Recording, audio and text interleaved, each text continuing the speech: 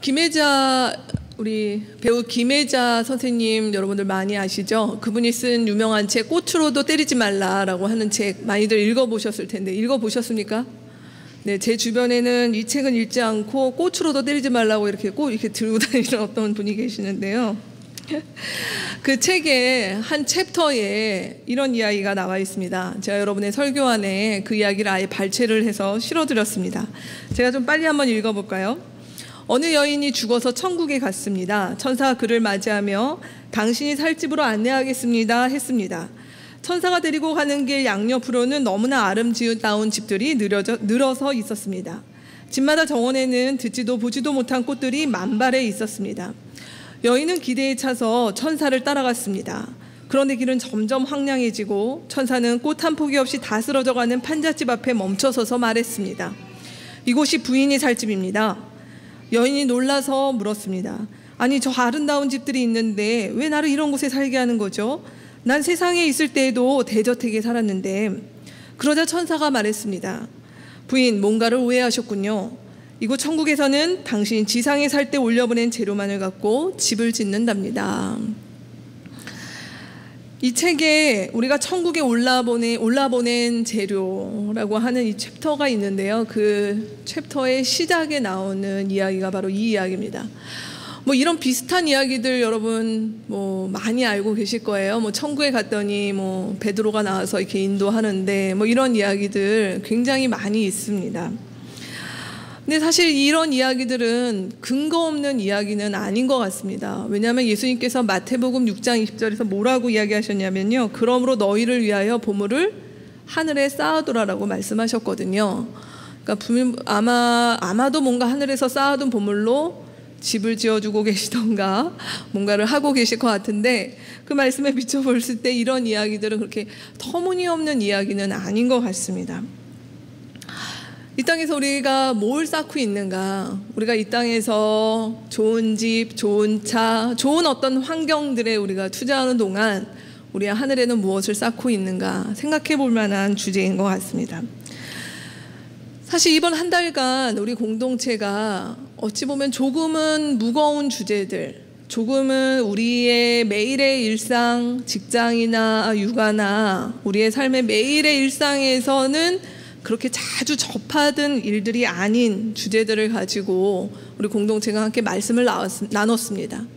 뭐 통일에 대한 부분이요, 또 새터민과 관련된 부분들, 또 특별히 홀트학교의 장애인 이야기들을 들어보면서 우리 사회의 장애인의 현실들, 그리고 우리 지난주 부리학교 이철국 교장 선생님 통해서 우리 이 고양시에 있는 시민사회 단체들과 우리가 어떻게 갈 것인가, 그리고 오늘 귀한 아리프바티 우리 형제님의 이야기들을 통해서 우리 사회에 있는 이주민들의 그런 어려운 이야기들을 우리가 조금은 접할 수 있는 시간이었습니다.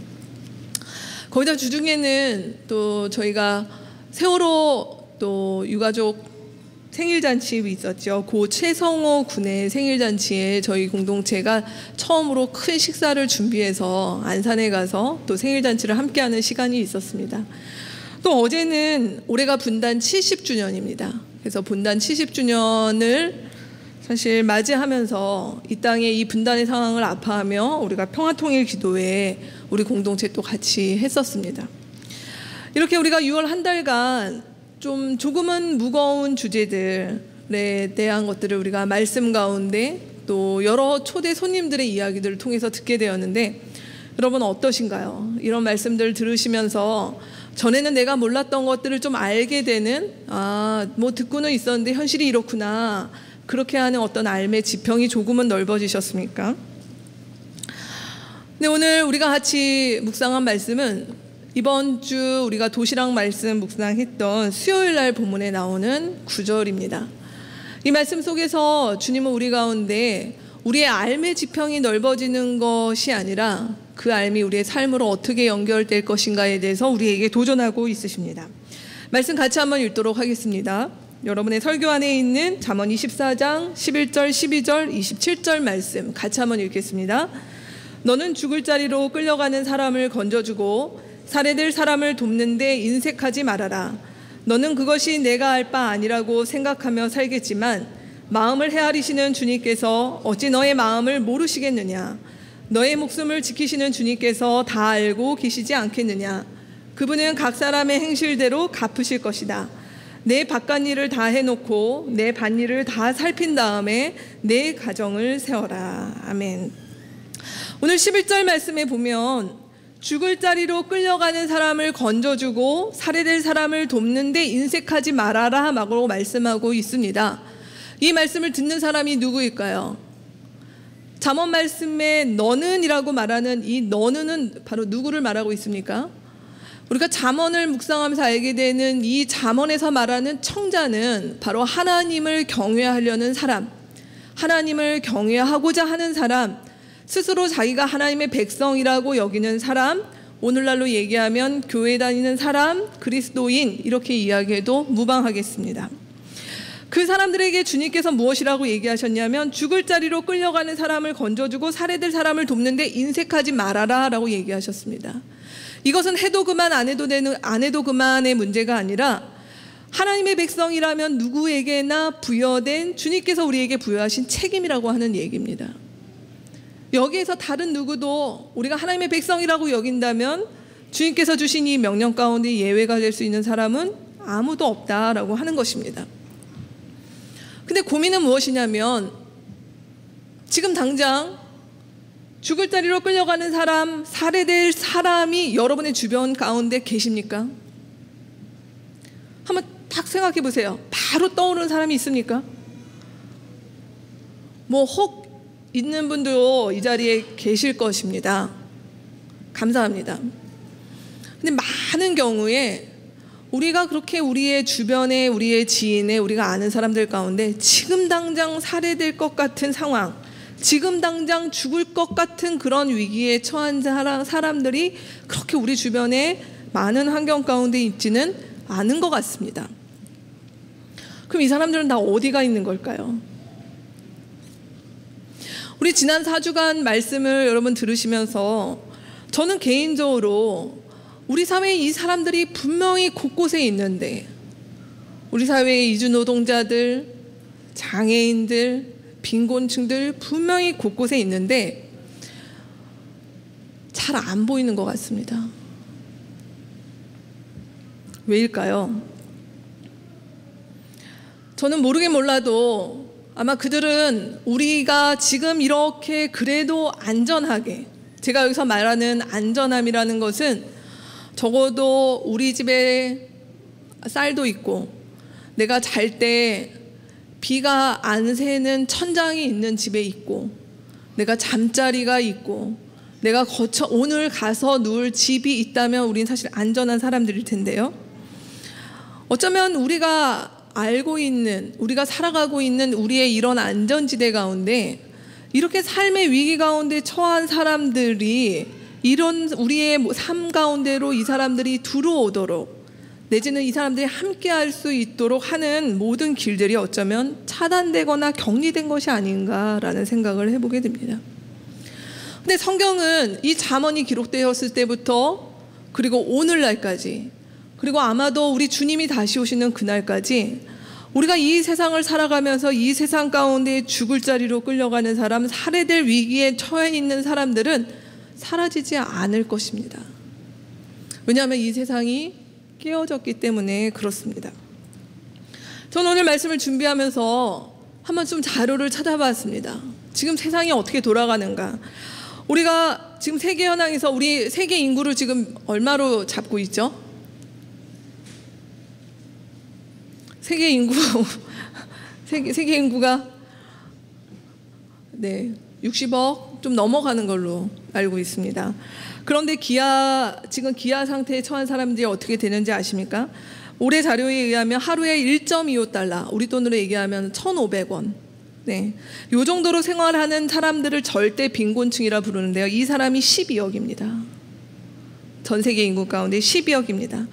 지구촌 인구의 약 8분의 1이 아주 고질적이고 만성적인 기아 상태에 놓여 있다라고 하는 것입니다. 겹치는 사람들일 수 있을 텐데 지구촌의 빈곤층은 대략 10억 정도로 잡습니다. 여기서 말하는 빈곤층은 상대적인 빈곤을 말씀드리는 것이 아니라 절대 빈곤. 예, 우리가 가끔 TV에서 바라보는 말도 안 되는 삶의 자리에 가운데 놓여 있는 사람들 이야기하는데 그들이 10억 정도 된다고 합니다. 내전이나 난민, 우리 지금 아리프바티 우리 형제님의 가정도 그렇게 오셨는데요. 뭐 내전이나 난민 상태에 있는 사람들이 지금 2차 대전 이후로 사상 최대입니다. 6천만 명입니다. 6천만 명이면 우리 남북한 인구 합친 정도의 사람들이 국가도 없고 그들이 머무를 곳이 없어서 떠돌아다니는 사람들이 있다라고 하는 것입니다. 자, 이런 사람들을 한번 줄 세워볼까요? 이 말은 무슨 얘기입니까? 전 세계 인구 가운데 적어도 5명이나 6명에 한 명은 이런 상태에 있다고 하는 것이죠. 지금 우리 이 자리 가운데 5명에 1명꼴로는 기아나 난민이나 빈곤 상태에 놓여 있는 사람이어야 된다라는 것이 이 통계가 우리 가운데 보여주는 것인데, 우리는 그렇지 않습니다. 여기에 이렇게 이 예배 시간에 와서 예배를 드릴 정도면 이 상태에 있는 것이 아닌 것이죠.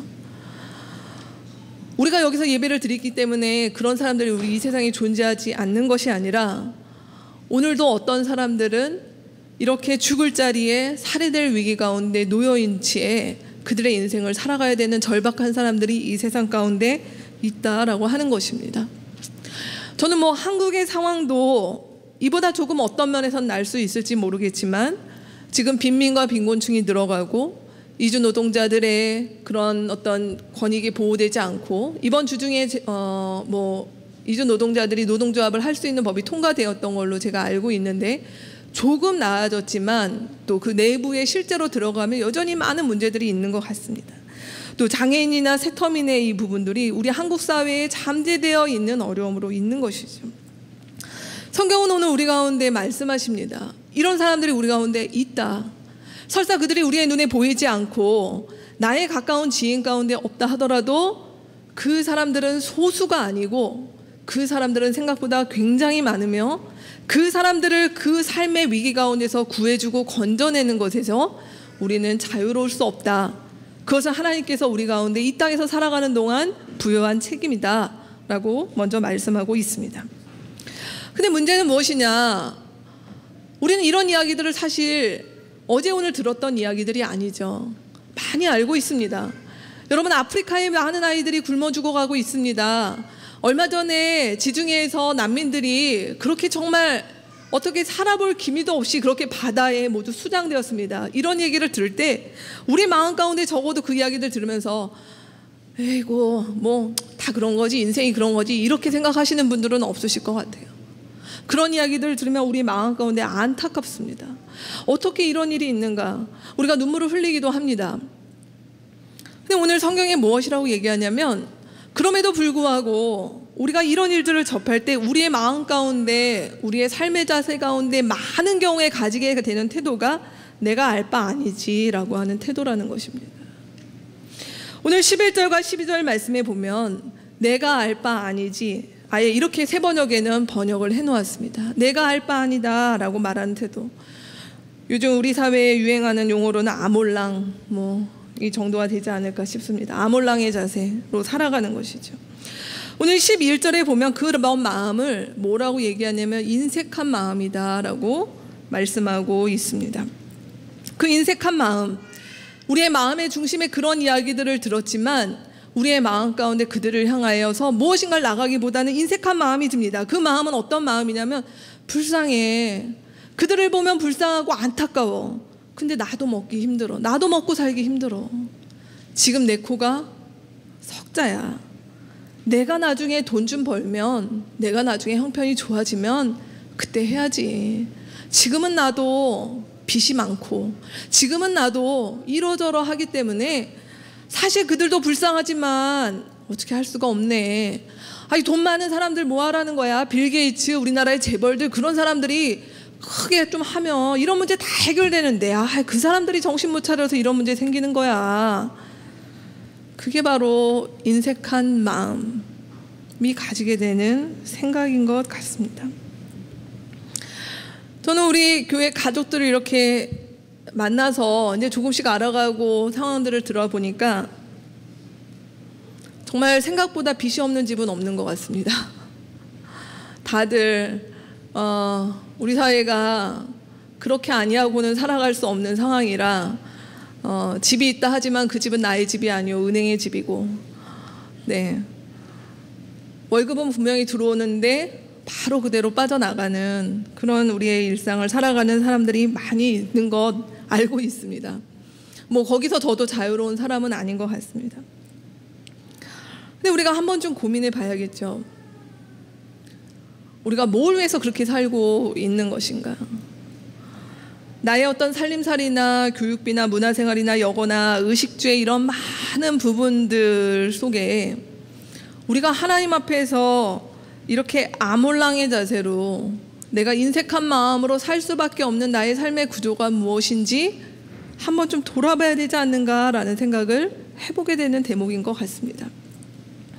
오늘 주님은 뭐라고 얘기하시냐면 그 인색한 마음은 다름이 아니라 인색한 믿음이다라고 11절에서 12절 말씀에 나와 있는 것입니다. 사실 이 세상에는 믿음이 없는 사람은 아무도 없습니다. 무신론자도 믿음을 가지고 있습니다. 무신론은 그가 신이 없음을 입증하거나 경험해서 무신론이 되는 것이 아니라 그의 신념인 것입니다.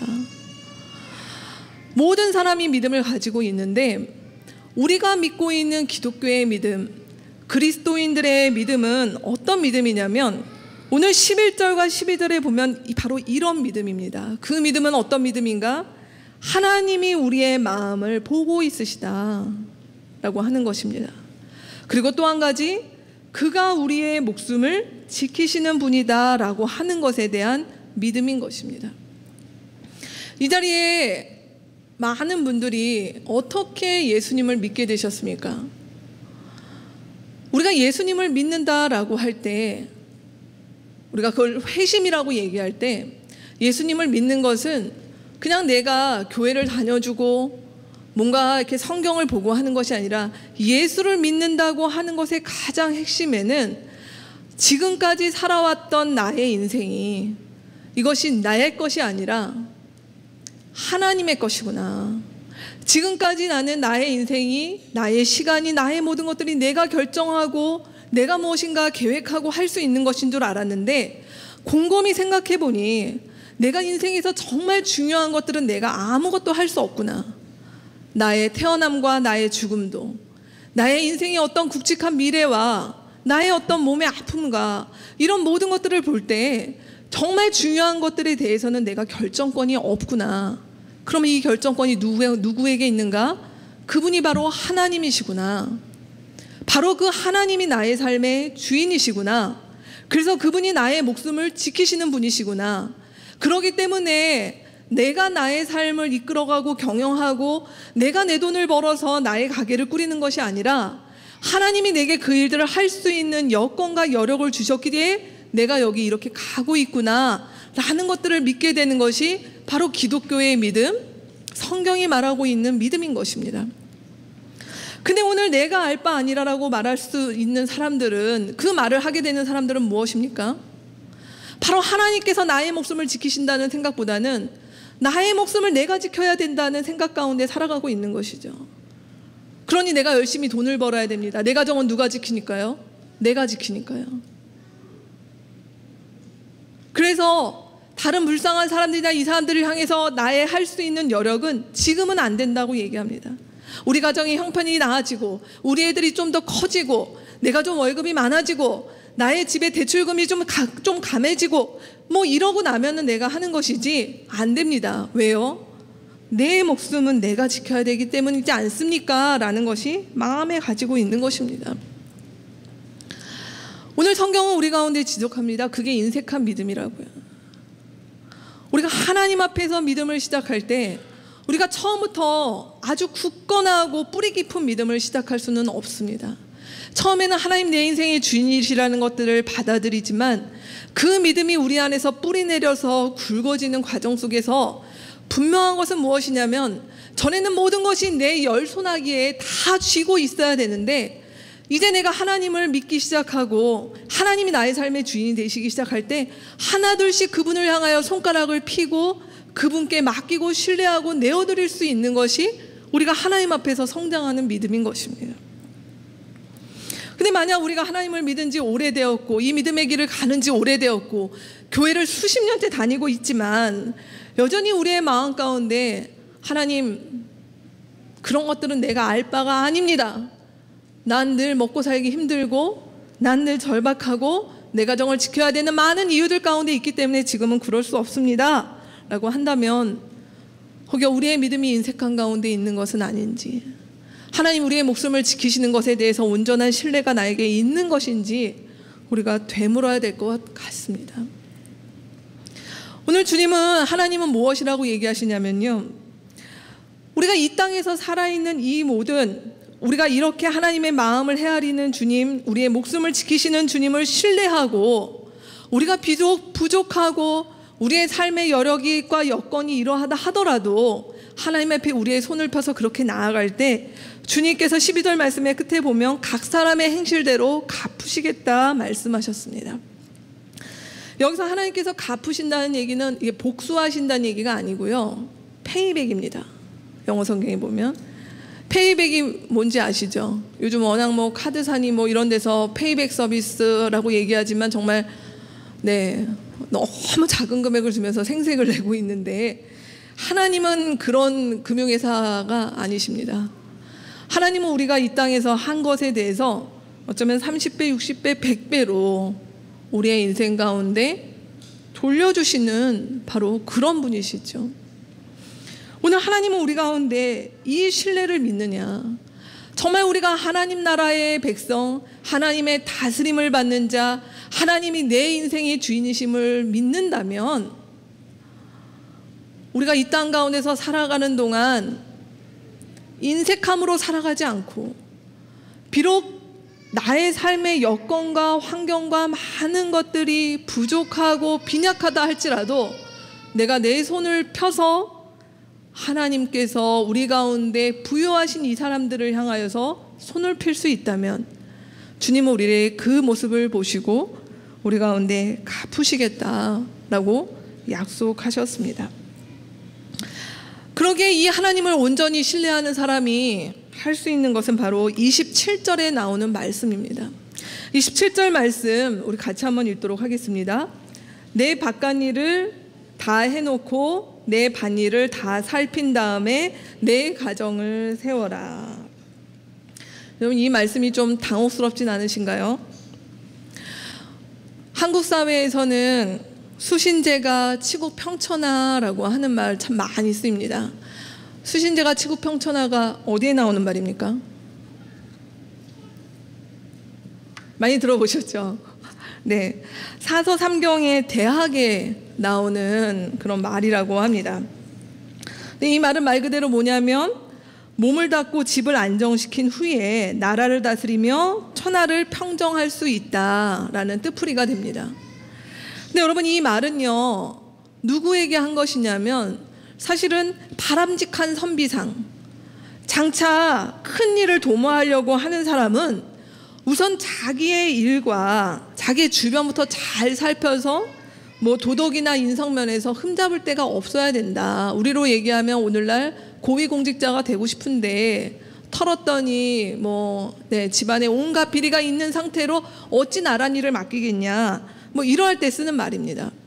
성경에도 사실 이 말씀은 안 나오는 것은 아닙니다. 왜냐하면 디모데전후서나 이런 데 보면 교회 지도자를 뽑을 때 먼저 가정을 잘 다스리는 사람을 뽑으라고 한 말씀도 있기 때문입니다. 근데 오늘 이 말씀을 우리가 그렇기 때문에 이렇게 받아들여서 보통 한국 사람들은 이렇게 얘기합니다. 바깥에 뭔가를 일을 하기 전에 너네 집안부터 잘해, 너 일부터 잘해, 우리가 이렇게 얘기를 하는 것이죠. 뭔가 다른 일들을 하려고 하기 전에 우리가 주춤하게 되는 것은, 아휴, 내 앞가름도 못하면서 내가 뭔 일을 하겠어? 라고 주춤하게 되는 경우가 많은 것 같습니다. 근데 오늘 이 말씀은 그런 이야기가 아니라 사실 말씀이 굉장히 우리 가운데 당혹스러운 거예요. 그 말씀은 말 그대로 뭐냐면 가정을 먼저 세워라가 아니라 너가 나가서 밭간일을 해놓고 내 밭일을 먼저 하라, 이렇게 말씀하고 있는 것이죠. 제가 그래서 여러 성경을 버전을 좀 찾아봤는데요, 메시지라고 하는 성경이 제일 조금 뭐라고 할까요? 저는 가장 선명하면서도 재밌게 번역이 된 것 같습니다. 한글 메시지 성경에는 뭐라고 번역이 되어 있냐면 먼저 밭에 씨를 뿌리고 그 다음에 곡간을 지어라, 이렇게 번역이 되어 있습니다. 제가 영어 번역도 올려드렸습니다. 설교 안에.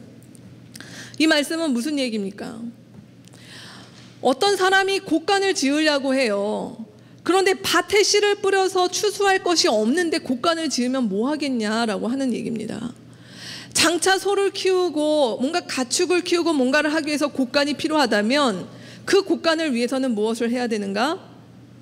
먼저 밭에 씨를 뿌리는 것이 먼저다라고 이야기를 하고 있는 것입니다. 즉 이 말씀은 우리 가운데 오늘날 무슨 이야기가 됩니까? 우리는 다 누구나 우리의 가정을 잘 세우고 싶어 해요. 우리 가정을 건강하게 세우고 싶어 해요. 우리의 가정, 우리의 아이들을 건강하게 키우고 싶은데 우리의 주변 가운데 건강한 먹거리가 없는 세상이 돼버리면 우리 아이들은 어떻게 건강하게 키우겠습니까? 우리 아이들을 건강하게 교육시키고 싶은데 우리 사회의 공교육이 무너지고 빈부격차가 커지고 사교육시장이 팽창되어서 그러는 가운데 있다면 우리 아이들을 어떻게 건강하게 교육을 시키겠습니까? 사실 이번에 메르스 사태, 우리나라에 탄저균, 4대강, 이 모든 것들은 우리 가정에 직접 연결이 되는 거 아닙니까? 우리 가정을 건강하게 지키고 싶은데 메르스를 어떻게 막으시겠어요? 탄저균이 돌아다니는 걸 어떻게 막으시겠어요? 4대강이 물에 오염돼서 우리의 먹는 생수가 직접적으로 위협이 되면 여러분 어떻게 하시겠습니까? 오늘 말씀은 우리가 우리의 가정, 내 새끼, 내 집, 이걸 먼저 챙기고자 하는 것이 바깥의 일들과 동떨어 있지 않다라고 하는 것입니다. 우리가 살아가는 이 세상을 건강하게, 우리의 환경과 우리 주변의 인권과 우리 주변의 일들을 돌아보는 것은 곧 우리의 가정을 세우기 위해서 선결되어야 되는 중요한 조건이다라고 말씀하고 있는 것입니다. 그러기에 예수님은 이 말씀을 어렵게 하지 않으시고요, 우리가 잘 아는 요한복음 3장 16절에 한마디로 이렇게 얘기하셨습니다. 하나님이 이 세상을 사랑하셔서 라고 말씀하셨습니다. 하나님이 나를 사랑하셔서, 하나님이 우리 민족을 사랑하셔서, 하나님이 대한민국을 사랑하셔서 이렇게 말씀하시지 않으시고 하나님은 이 세상을 사랑하셨습니다. 하나님은 이 세상을 사랑하셨기 때문에 이 세계의 문제는 하나님의 문제이며 동시에 우리의 문제입니다. 이 세계의 아픔은 하나님의 아픔이며 동시에 나의 아픔인 것입니다. 이 세계의 빈곤과 이 세계의 난민과 이 세계의 온갖 재앙과 어려움들이 있다면 그것이 우리 가정 가운데 당장 우리 집의 안방 가운데 임하여지 않기 때문에 나는 무사하다 생각하는 것이 아니라 성경은 우리 가운데 무엇이라고 얘기하냐면 그것이 바로 너의 문제다라고 오늘 이야기하고 있는 것입니다. 이제 말씀을 정리해보죠. 여러분, 우리 한 달간 이렇게 말씀을 들었습니다. 이제 어떻게 하시겠습니까? 그냥 이렇게 듣고 이러이러한 일들이 있구나 아는 것에서 멈춰 계시겠습니까? 여전히 우리의 마음 가운데 하나님 앞에서 하나님, 그럼에도 불구하고 이것은 내 할 바가 아니에요 라고 이야기하시겠습니까? 그리스도인은 누굽니까?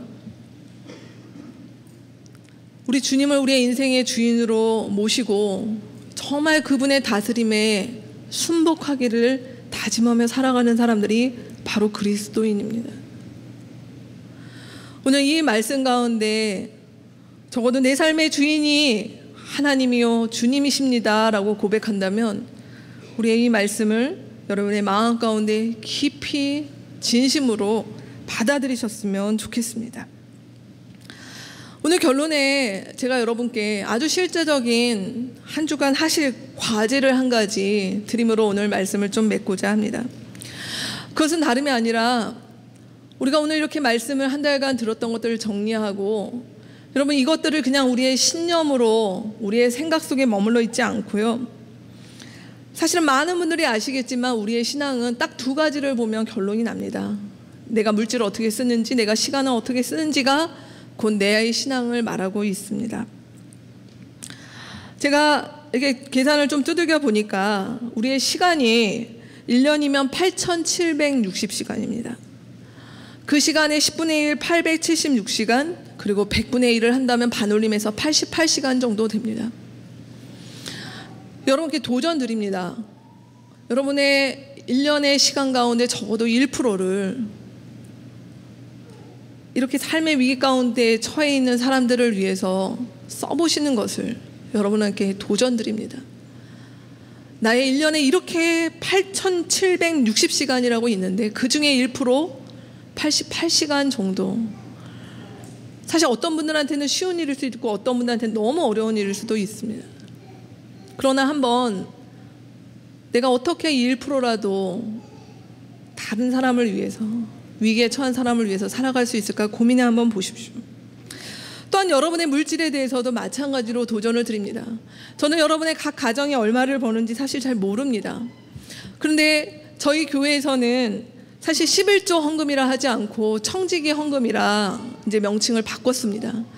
청지기 헌금은 11조가 가지는 기계적인 11조, 나의 수입에 그게 세전일지 세후일지 뭐 이런 거 계산하셔서 10분의 1을 기계적으로 하시라는 얘기가 아니라 5% 정도, 또는 때로는 수입이 너무 안 되시면 1%도 좋습니다. 여러분이 하나님 앞에 이 물질이 내가 물질의 노예가 아니라 하나님 앞에서 이 물질이 하나님께서 내게 맡기신 것들을 알고 그것을 선언합니다 라고 말씀하신다면 여러분의 이 헌금 가운데 청지기 헌금을 하나님 앞에 지속적으로 내는 것도 중요한 훈련일 것입니다.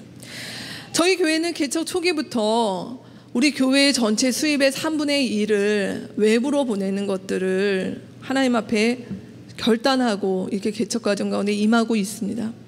지금 저희의 수입이 아직 인재 통장을 개설하고 또 저희가 개척받은 교회와 이렇게 재정적인 것들을 이제 잘 정돈을 해야 되는 시기가 있어서 3분의 1의 금액이 어떻게 될지는 아직 잘 모르겠습니다. 그러나 창립 예배 전후로 저희 교회는 3분의 1을 외부로 보내는 교회가 되는 준비를 하게 될 것입니다. 여러분이 만약 청지기 헌금을 하신다면 여러분이 내시는 헌금의 3%는 이렇게 나가게 되는 것입니다. 우리의 삶의 수입의 1%를 내는 것도 큰데 3%를 낸다니 얼마나 감사합니까? 그런데 우리가 이런 것들 가운데 그냥 위안을 받지 마시고요. 여러분 아래 보시면 표가 있습니다. 이것은 여러분께서 이번 주에 어쩌면 오늘이 좋은 시간일 수도 있겠습니다. 한번 집에 가셔서 결혼하셨다면 부부가 또 싱글이시라면 한번 혼자 한번 이렇게 항목을 한번 보십시오. 나의 수입이 얼마다. 근데 그 중에 한번 잡아보십시오. 어떤 수입이 제일 많이 나가고 있는지. 생활비, 거기에 있는 것은 예의입니다. 그런 것들을 여러분 한번 보시기 바랍니다. 내가 이렇게 말로만 다른 사람을 돕는 것이 아니라 실제 나의 삶께서 어떻게 가고 있구나라고 하는 것들을 한번 보셨으면 좋겠습니다. 시간도 마찬가지입니다. 시간에 대해서 잘 모르시겠다면 한 일주일 정도 나의 삶의 시간을 관찰해 보셔도 좋겠습니다. 그렇게 해서 대략 여러분의 퍼센테이지를 한번 나눠보십시오. 그리고 그 가운데 내가 어떻게 다른 사람들을 향해서 가고 있는지 한번 보시고 그리고 그것들을 하나님 앞에서 어떻게 조정하고 늘려갈 수 있는지 여러분 결단해 보셨으면 좋겠다라는 생각이 듭니다. 오늘 말씀의 결론은 지행합일입니다. 이제 우리는 모른다 할 수 없습니다. 4주간 말씀을 들었고 많은 이야기들을 들었는데 우리의 신앙은 아는 것이 아니라 우리가 아는 만큼 살아내는 것, 아는 만큼 하나님 앞에서 그 일들을 결단하고 살아가는 신앙, 그것이 하나님 앞에서 참된 신앙이라고 믿습니다. 저를 비롯하여 이 자리에 우리 예배에 함께한 우리 형제자매들 한 주간 또 바쁘게 지내지 마시고 오늘 우리 가운데 주신 이 말씀을 가지고 오늘 주일 좀 그래도 여유가 있으시죠? 가셔서 하나님 앞에서 나의 시간과 물질에 대한 것들을 좀 돌아보고 그리고 이 부분을 어떻게 하나님 앞에 살아야 될까 고민해 보시는 일들이 우리 모두 가운데 있었으면 좋겠습니다. 같이 침묵으로 기도하고 이어서 성찬 예식 같이 드리도록 하겠습니다.